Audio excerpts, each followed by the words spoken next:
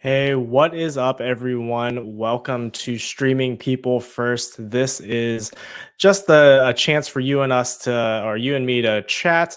So go ahead, start adding in your comments, your thoughts, whatever you'd like to talk about today. But primarily, I wanted to kick it off today with what is happening with Basecamp and the fallout and why it is important for us to really focus on communication and inclusion in the workplace.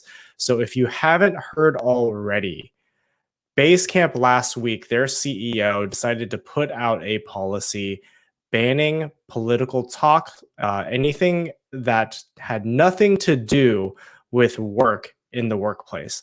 And so that obviously did not sit well with a lot of employees. So if you have any thoughts on it, please drop those comments in the chat and I will address them. But again, if you have any thoughts on their policy, good, bad, agree, disagree, let me know. Yeah, Jody, exactly. How not to be inclusive, exactly. It's definitely not a good example of that. And so, you know, towards the end of last week, and as we're seeing the reports from yesterday and today, we are seeing about 30%, at least 30% of the organization taking up the opportunity to leave the organization. They had a severance package that they offered all of the employees, saying, if you want to take this, it's available to you.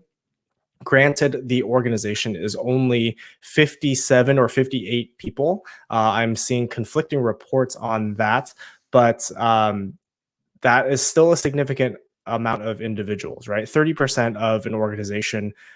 Some reports are saying upwards of 40, but the most I'm seeing right now is about 30% consistently. But again, 30% of your employee base is a significant amount. And we are seeing at least 3 heads of departments leaving as well because of this policy and because of the changes that were made, and based on the conversation that they had at the all hands meeting last Friday. So the all hands was a chance for people to kind of voice their concerns, ask questions, and it did not go over too well. And I am very pleased. I do have a guest who will be joining me, Kathy Klotz-Guest. She very graciously actually pointed the initial report to me last Tuesday or last Wednesday. And, her and I had been talking back and forth, and I really wanted to bring her on to get her thoughts as well. Kathy, if you are ready to go, I am going to bring you up. And let me see. Oh, Jody, you asked, was that a one-day offer or longer? Wondering how many will exit overall if it's the latter. Yeah.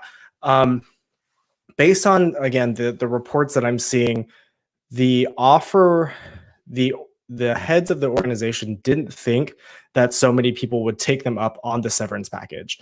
And so they actually paused it, and they decided, we're going to wait to, we're going to hold this off indefinitely, but they did not cancel it. They didn't get rid of it. So, yeah, it was not a one-day offer. It was just put out there, and then a ton of people took it because of the situation that was going on. So, Kathy, I'm going to bring you up, and we are going to get started. Kathy, how is it going? How's your week starting off? It's going good. How you doing, Chris? I'm good, man. This whole Basecamp thing is like a little soap opera that we get to watch. Yeah, it is. It's like Twitter soap opera, like one tweet at a time. It's fascinating. It's kind of like, whoa. It's also, I think, what an interesting story at the right time, and what a cautionary tale for a lot of cultures. Yeah, You know? exactly. Yeah. Someone Yeah. was saying, I had someone's reply to me saying like, "Oh man, this is a good example of um, exactly what not to do. Like this could be a case study." And I'm like, "Exactly. This is a case study of how to not communicate to your team, how to be exclusive, how not to manage people, right? Yeah. I mean, there's so many instances right off the bat that we can see that they just miss the mark on. Yeah. It's sort of like the case study in like How to Lose Your Employees in 10 Days. If that was a movie. Like it is really, I think it is sort of, to me, encapsulates in one kind of drama what is so wrong with a lot of tech. And not just tech, but if we're talking about tech in the tech industry, like to me, it encapsulates a lot of what's wrong with tech today. So much of it, I mean, the disconnect between management and staff, the insular thinking of leadership, the sort of the privilege aspect, which is it doesn't affect me, therefore I don't have to think about it kind of stuff, which that again, a luxury and not, it's interesting to me that we're still battling this whole notion of like that companies are political. Like I laugh every time I hear people go, well, we shouldn't bring that up at work because that's politics in the workplace. And I'm like, the whole workplace is political. Like, Yeah. did you not get the memo, honey? Did you Yes. not get that? Yeah. It's so funny. And real quick, for those of you who are watching right now, if you have any comments or questions or whatever, just thoughts, insights, please share them. I know that there's a few people watching. So, yeah, I would love to hear what you're thinking. And even if you're watching this after this is live, feel free to add them in and we can respond later. But yeah, I mean, the shocking thing to the most recent report, you know what? Let me pull up his name so I can give him credit. Is Casey Newton. You sent me that article yesterday. It published to a number of sites, but the report from the all hands where you had the one head of a department who is very clearly on the right wing side of the spectrum of politics. Nothing wrong with that. Just saying that. But he was espousing some hateful rhetoric and some white supremacist rhetoric. And an employee essentially asked the CEO and the other co-founder to say, can you please denounce publicly right here in our all hands, denounce white supremacy? And the CEO said, I don't have the words I don't know what to say to that right now. It's like, that's not a hard thing. Like the bar is literally like underground. It is not a hard bar to step over. And the fact that they couldn't just do it right away is a huge red flag. Yeah, wasn't that stunning? That to me felt exactly the way you said it. There are high bars and low bars. That was a low bar to clear. And the fact that one of the co-founders stayed silent and on mute the entire time, like all this is going on and one of the co-founders can't go off mute to articulate and say, you're right.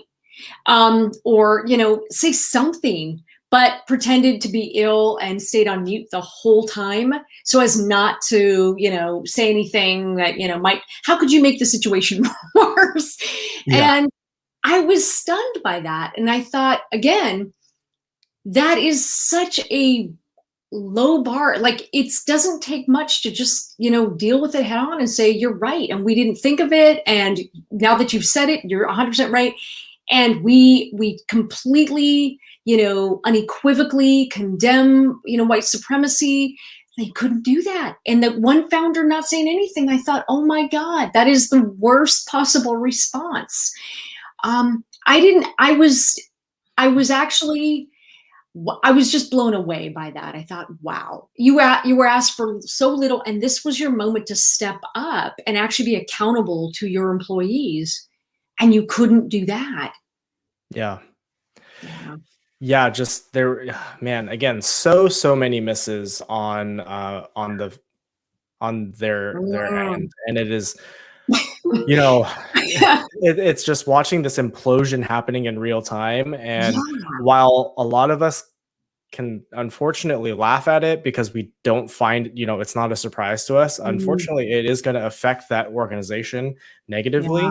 Their reputation is most likely tarnished for a very, very long time, if not indefinitely. And it's definitely those co-founders are going to have that on their record, their public record, right? When people when people when people when people like look them up, that's going to pop up. It's going to Yeah. pop up, and they're going to have a hard time. So I truly don't wish anyone ill. I don't want people to Yeah. lose their jobs, Yeah. but it is tough to see whether or not this organization can rebound from such, not even just such a public backlash, but the fact, again, they're losing as many as 40% of their company.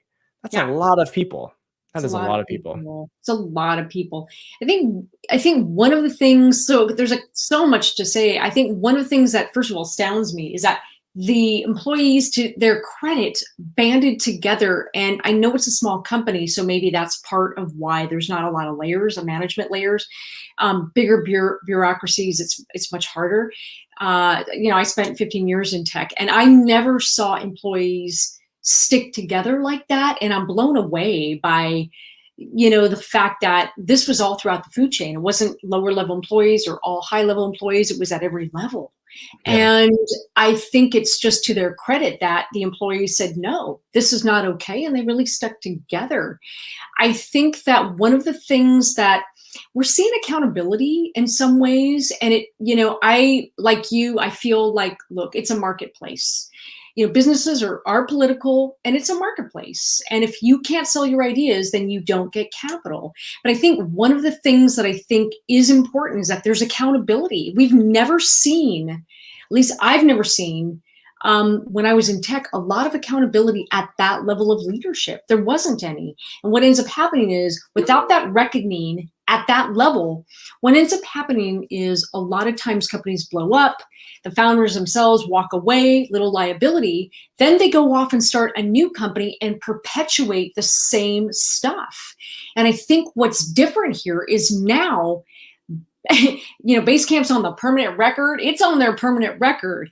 And what is interesting about that is that you're right. If this thing were to blow up irrevocably and they were to go on and start new companies, you can't walk away from that. That follows you. And I think they would not be able to attract talent and capital, and I think PR in the same way. And I feel like there's finally some level of reckoning and accountability, which, let's face it, sometimes these leaders have not had. Yeah. And it's kind of huge when you think about the fact that now they're having to live by the rules that the rest of us have always had to operate under. Yeah, exactly. Yeah. I wanted to bring up Vun's comment here, right? That there are sadly many companies who have this culture, and hopefully this is a lesson to Yeah. those other organizations and the leaders within those organizations, Yeah. because Yeah.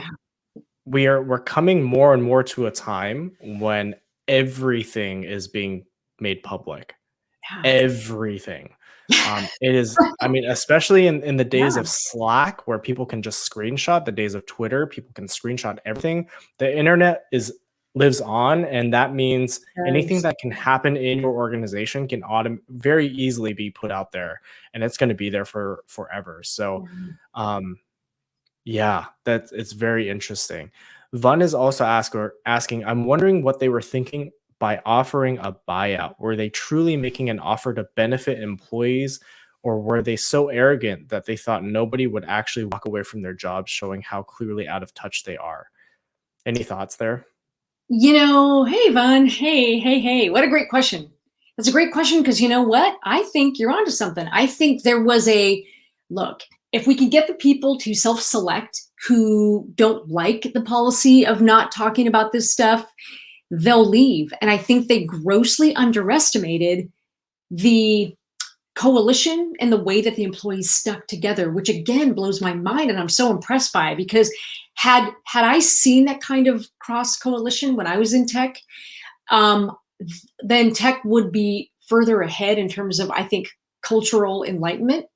And I'm just so blown away. I think she's right. I think there was an arrogance that underestimated the employees, and the fact that at all levels people resigned. And we're talking about like heads of customer service, we're talking heads of customer operations. We're not talking, like entry-level employees. We're talking pretty senior ranking employees that were like, I'm out. And I think they grossly underestimated how important this was to employees. So I think there was arrogance, 100%. I think they thought maybe a few people will leave, and it's just a few people that feel that way. And I think the big wake-up call that most people feel that way. And again, it's not to point out or bag on anybody in particular, but let's be very clear what privilege is. Privilege is not having to think about these things because it doesn't affect your daily life. And yet, your Black employees, your Asian employees, your Latinx employees, your women cannot just take that off at the end of the day and hang it up and not be affected by the political environment. That is not a luxury they get. So yeah, I think there was so much arrogance. And I think this was such a beautiful wake-up call about the shifting balance of power, and the fact that employees have access to the internet, and the fact that we learned about this by employees also taking to Twitter and saying, this is what's happening. It's almost like employees are like citizen journalists holding companies accountable from within. That's huge. Yeah. This is a huge thing for me too, because looking at it, seeing this group of employees band together is very encouraging to me. Again, smaller organization, but those smaller tech organizations have a very familial like feeling and culture. And so when you trample on those values, and you think you can control the culture in such a drastic way, they are going to react this way. I've seen this a number of times where you try to do this abrupt shift without getting their voice in it, right? This is a change management thing. If you don't, try to bring them along for the ride, it is a hard track to get everyone back on. And because of this, the train is way off the tracks at this point, right? It's heading off it's off the tracks, heading down into a ravine. Yeah. Well, isn't it interesting too? Because I think the arrogance that leadership thinks we own culture. No, you don't. You do not own culture. And I think that is such a profoundly important thing that got missed here. And I think for every leader out there that thinks that they own it, look, you are stewards of the culture, but so is every employee. And every employee gets to say, no, you are not living the values that you espouse, that you say you believe in. And it's the employees who get to decide if you're living those values or not. It's not for leadership to decide. And we've never seen that. I've never seen that in my being in tech. I never saw that many employees really stick together in this beautiful way. Like, you trample on some of our rights, you trample on all of us. And there is no such thing as behind closed doors. You don't get to disband committees because it's making you uncomfortable. And wow, if more employees had that kind of power and recognize that they do have that and banded together for the collective greater good, wouldn't that be phenomenal? I mean, we've seen Google try to, when they staged these walkouts over Black Lives Matter, over people men being paid off who sexually harassed women. We've seen these some employees try to band together. I think it's easier because Basecamp is smaller in some ways, but I think the message is still the same. You're seeing employees flex their power and their muscles, and that is so profound. Yeah. I mean, we're seeing this happen all over, right? Speaking to those walkouts at Google, speaking to, even just the attempt of the unionization of the warehouse for Amazon, you are seeing this shift again to go, moving back to employees to say, hey, we need to stand up for our rights. We have to come together. And I mean, my own personal thing is I'm pro union for the most part. Yeah. Because it gives power back to the people. So, Yeah. but yeah, man, Yeah. this is an interesting saga. I'm glad that, you pointed it out to me. And I'm glad that we could talk about it. If anyone else who is watching, please add in some final comments before we sign off. Yeah, Yeah. Jody saying, yeah, Amazon with the climate change walkout as well. Oh, Absolutely. yeah. Google also had the employees who walked out, I believe, because of the contracts that Google was Yes. having with China, I believe, and some law enforcement. Same thing with, I think Yes. Amazon had something similar, and then Microsoft also has. I don't know if Microsoft had a walkout, but I definitely heard rumblings about Microsoft employees and their government contracts that employees didn't Yeah. think were ethical. So Yeah, no, it's amazing. And I've never seen these kinds of walkouts before, except for the last couple of years. And I am so blown away by that kind of solidarity. And woo. Wait, I think that is a wake-up call for leaders, man. yeah, Yeah. it is a wake-up call. Yeah. Well, Kathy, any last thoughts before we sign off for the day? I'd say look to what happens with employee accounts too. I'd say watch social media because I think we're going to see a lot more. I hope we don't see cracking down of, brand ambassadors and employees being able to kind of tweet from their own personal perspective. But I think the world's kind of changing a little bit. I think more and more companies have vocal employees who have their own Twitter accounts, sometimes have bigger followings than, in some cases, the companies. And I hope we don't see a backlash of cracking down on that, because I think part of how the story got out is that a lot of employees took to social and shared what was happening within the companies. And so I think that kind of employee journalism, if you will, is a really interesting notion to kind of watch, to hold companies accountable here. Yeah, that'll be something, yeah, very interesting to watch, Mm. even to look at Yeah. the legal implications of that moving forward, because Yeah. there may be tricky as well, because can an employer, you know, say an employee violated company policy while they were outside of work on their own personal accounts? And we're seeing that in other cases. I think Oh, there's yeah. a court case right now about that's going to go for a student who had a Snapchat something, and they disciplined her because she did it after school on Snapchat. And it's like, but she's not in school at the moment. So it was really interesting. But yeah, there's all sorts of implications that Mhm. we may be seeing moving forward. But yeah, Yeah. Kathy, thank you again so much for Mhm. coming on and just taking a few minutes to chat today. I appreciate it. Yeah. Thank you. Thank you. And may the 4th be with you. And also with you. Yeah. Take care. Bye. Bye.